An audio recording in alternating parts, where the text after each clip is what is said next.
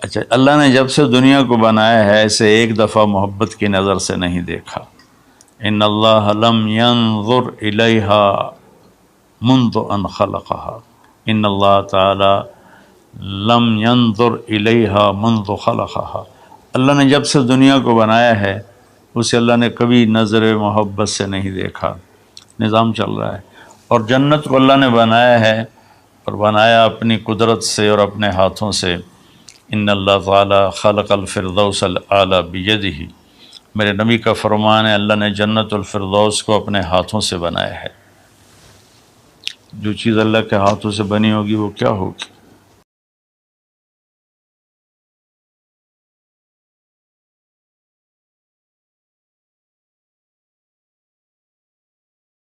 السلام علیکم ورحمۃ اللہ وبرکاتہ۔ بسم اللہ الرحمن الرحیم، والصلاة والسلام علی رسولہ الکریم وعلی آلہ وصحبہ اجمعین۔ میرے بھائیوں، دوستوں، بہنوں، بچوں، بیٹیوں، انسان آئیڈیل لائف چاہتا ہے، آئیڈیل سہولتیں چاہتا ہے۔ اللہ نے اس کائنات کو ڈیزائن ہی نہیں کیا کہ تم اسے آئیڈیل ہوم بنا سکو، اسے آئیڈیل اس میں لائف گزار سکو۔ یہ امتحان کی جگہ ہے، لہٰذا یہاں اتار چڑھاؤ، یہاں امتحان، یہاں تنگی، یہاں فراخی، کبھی عزت، کبھی ذلت، یہ سب کچھ اکٹھا چلتا ہے۔ جو وجہ کائنات ہیں جناب رسول اللہ صلی اللہ علیہ وسلم، صرف آپ ان کی زندگی اللہ کے واسطے پڑھو۔ اس رمضان میں فارغ بیٹھے ہیں، اور میں سب سے ریکویسٹ کرتا ہوں کہ آپ اللہ کے نبی کی زندگی پڑھو کہ آپ نے کیسے زندگی گزاری، کہ سب سے زیادہ مشقت والی زندگی میرے نبی نے گزاری، سب سے زیادہ تکلیف دہ زندگی میرے نبی نے گزاری۔ لیکن ایک جہان اللہ نے آگے پیدا کیا ہے جو موت کے بعد آتا ہے، جس کا نام ہے جنت، جس میں آئیڈیل لائف ہوگی، آئیڈیل ہوم ہوگا۔ سب سے بڑی انسان کی خواہش تو یہ ہوتی ہے کہ مجھے موت نہ آئے، لیکن ہم دیکھتے ہیں کہ جہاں میں ہے عبرت کے ہر سو نمونے، مگر تجھ کو اندھا کیا رنگ و بو نے، کبھی غور سے یہ بھی دیکھا ہے تو نے، جو معمور تھے وہ محل اب ہیں سونے، جگہ جی لگانے کی دنیا نہیں ہے، یہ عبرت کی جا ہے تماشا نہیں ہے۔ تو یہ کائنات آئیڈیل ہوم نہیں ہے۔ اللہ نے موت کے بعد ایک زندگی رکھی ہے جو بہت عالی شان ہے، اور اس کو جوڑا ہے ایمان اور عمل، اچھے عمل کے ساتھ۔ تو اس آیت میں چونکہ جب آدمی ایمان کا کلمہ پڑھتا ہے تو وہ پابند ہو جاتا ہے، لا الہ الا اللہ محمد رسول اللہ کا پابند ہو جاتا ہے، نہ یہ باؤنڈری کراس کر سکتا ہے، نہ یہ کر سکتا ہے۔ اس کے اندر جتنا وہ کر سکتا ہے اس کو کرنے کا حکم ہے، اس سے باہر نکلنے کی اجازت نہیں ہے۔ تو انسان ایک پابندی میں آ جاتا ہے، اور جو پانی نالیوں کا بے ہنگم بہتا ہے وہ گندگی پھیلاتا ہے، جو پانی پائپ میں گھٹ کے آتا ہے وہ ہمارے گھر کے برتن دھونے کا سبب، پانی پینے کا سبب، کپڑے دھونے کا سبب بن کے آتا ہے، کہ وہ پابندیوں میں بند ہو کے آتا ہے۔ تو اس دنیا میں کوئی اپنی مرضی کر نہیں سکتا، کہیں نہ کہیں اٹک جاتا ہے۔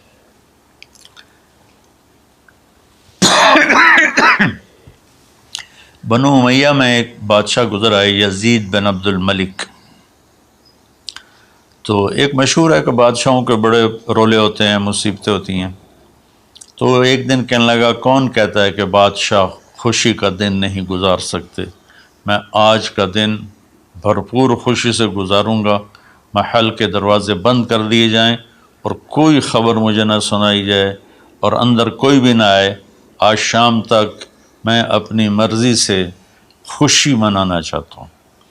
اور اس کی ایک باندی تھی، بیوی نہیں باندی، لونڈی، اس کا نام تھا حبابہ. اس سے وہ عشق کرتا تھا کہ میں آج سارا دن حبابہ کے ساتھ گزاروں.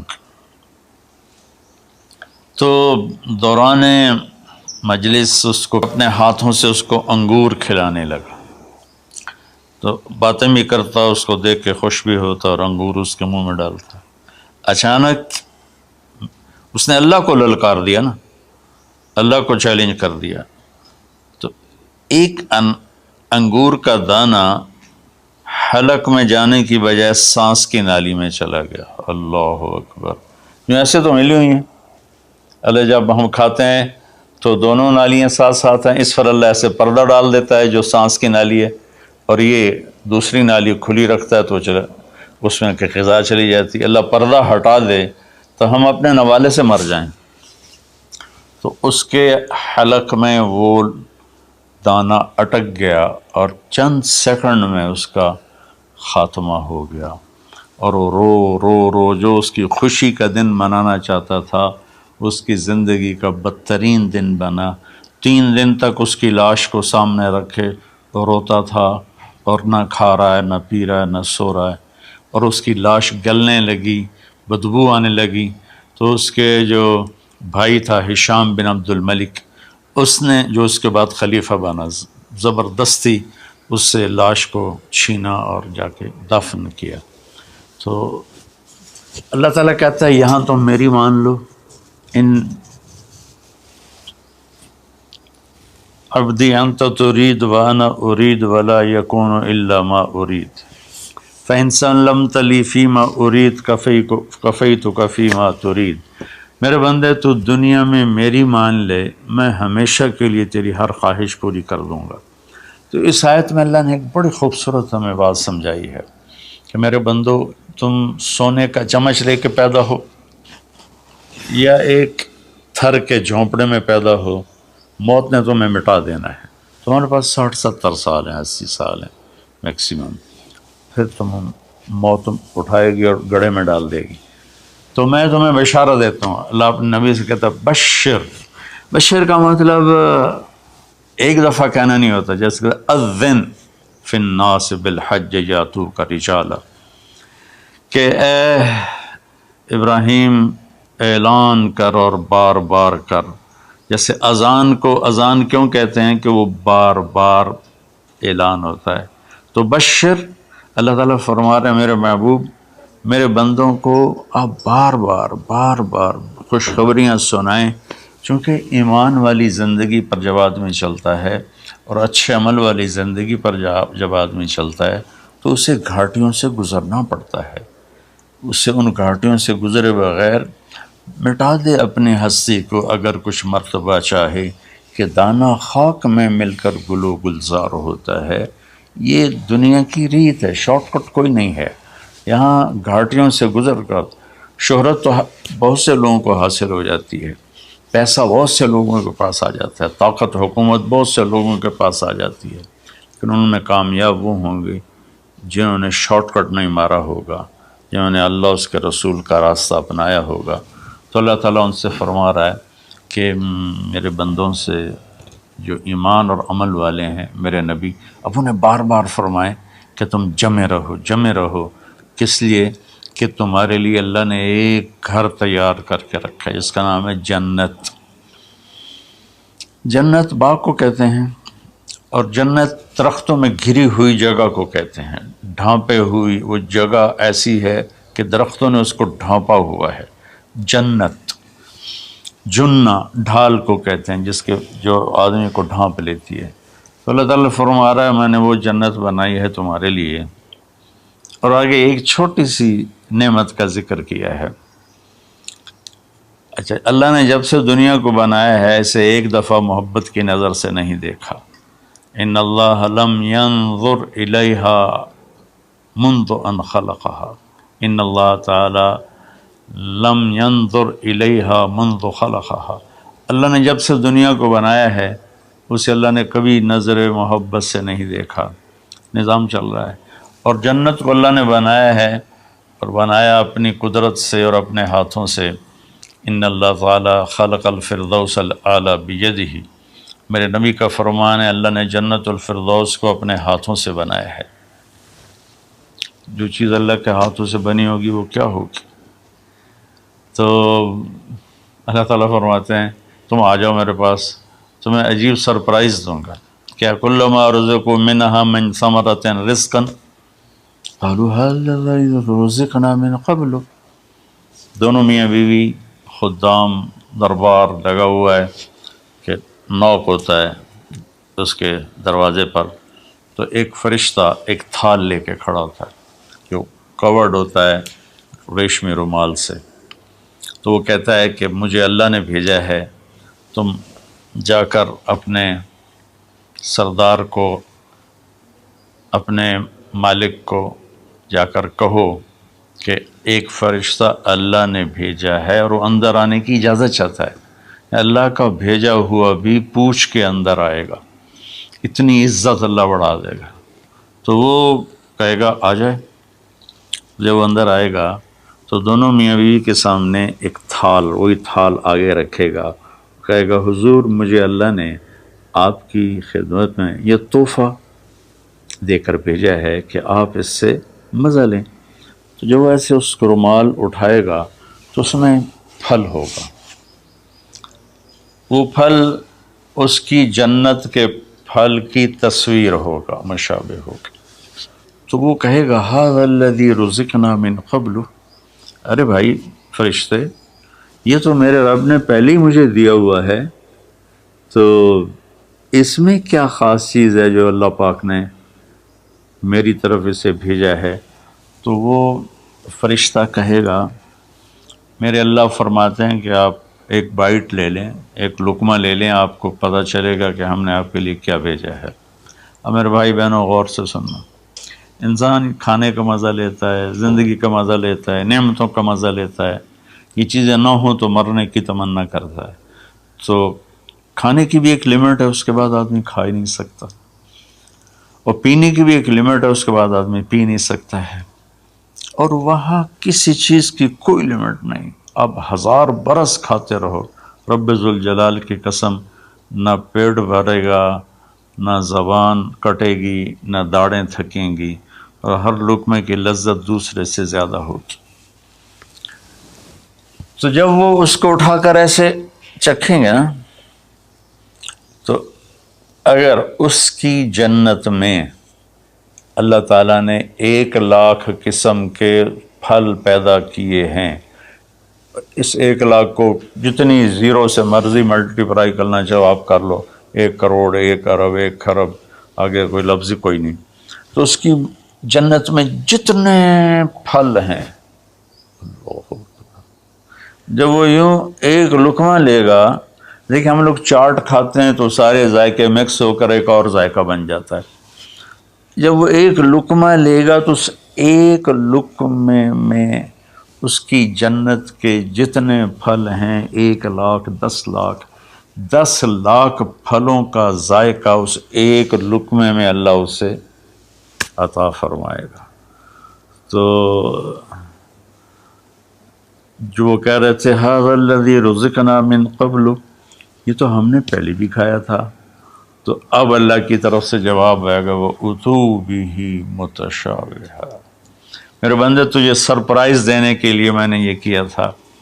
جیسے ہم اپنے دوستوں کو اچھا گفٹ دیتے ہیں تو ایک سرپرائز دیتے ہیں، تو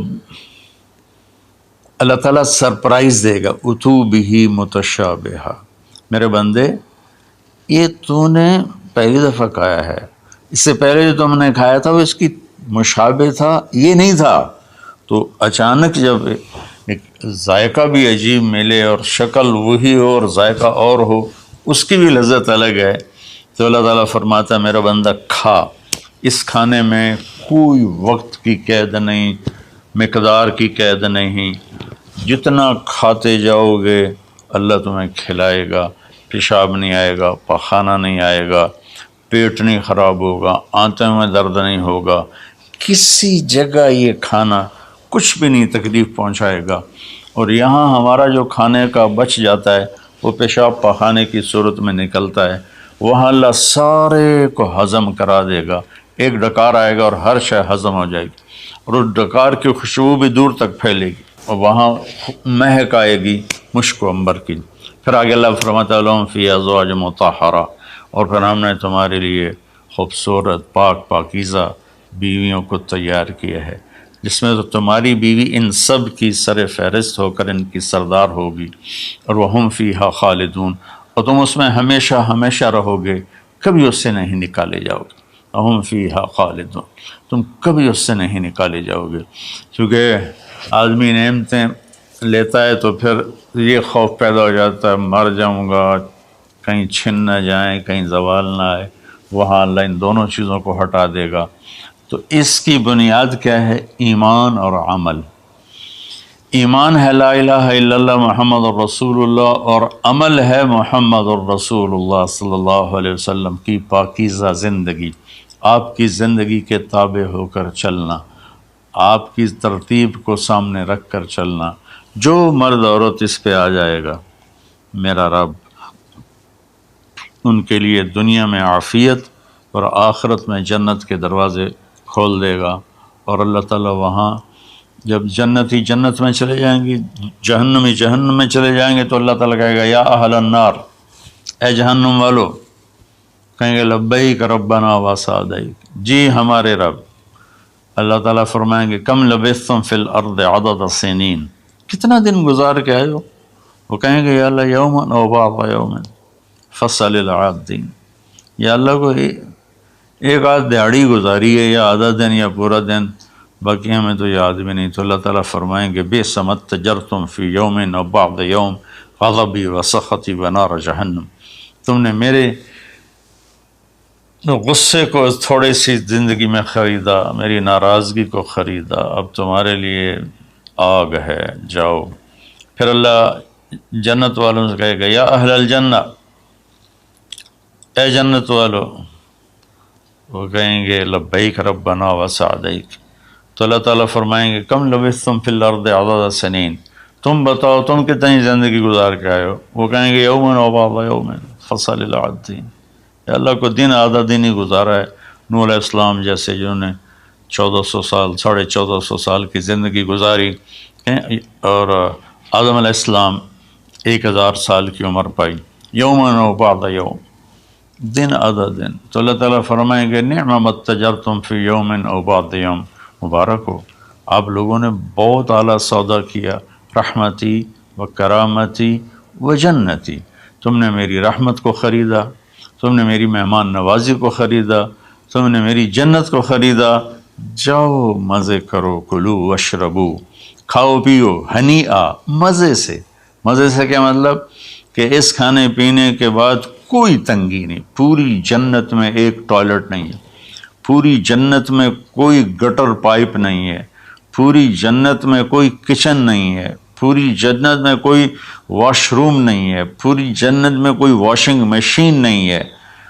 سبحان اللہ، ان ساری گندگیوں سے پاک کر کے بھائی بہنوں اللہ نے ایک گھر بنایا ہے۔ تو میرے بھائی بہنوں چند دن کی زندگی ہے، آپس کی لڑائیاں چھوڑیں، آپس کے حسد بغض کو چھوڑیں، آپس کی رنجشیں ناراضگیاں چھوڑیں، وہ چاہے فرقہ واریت کی بنیاد پر ہیں، چاہے وہ سیاست کی بنیاد پر ہیں، چاہے خاندانی بنیاد پر ہیں۔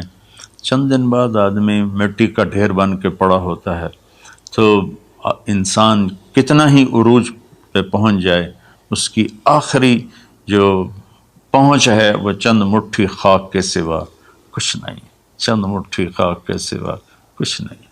اجل ہی نے چھوڑا نہ کسرا نہ دارا، اسی سے سکندر صفات بہارا، ہر ایک لے کے کیا کیا نہ حسرت سے زارا، پڑا رہ گیا سب یوں ہی ٹھاٹھ سارا، جگہ جی لگانے کی دنیا نہیں ہے، یہ عبرت کی جا ہے تماشا نہیں ہے۔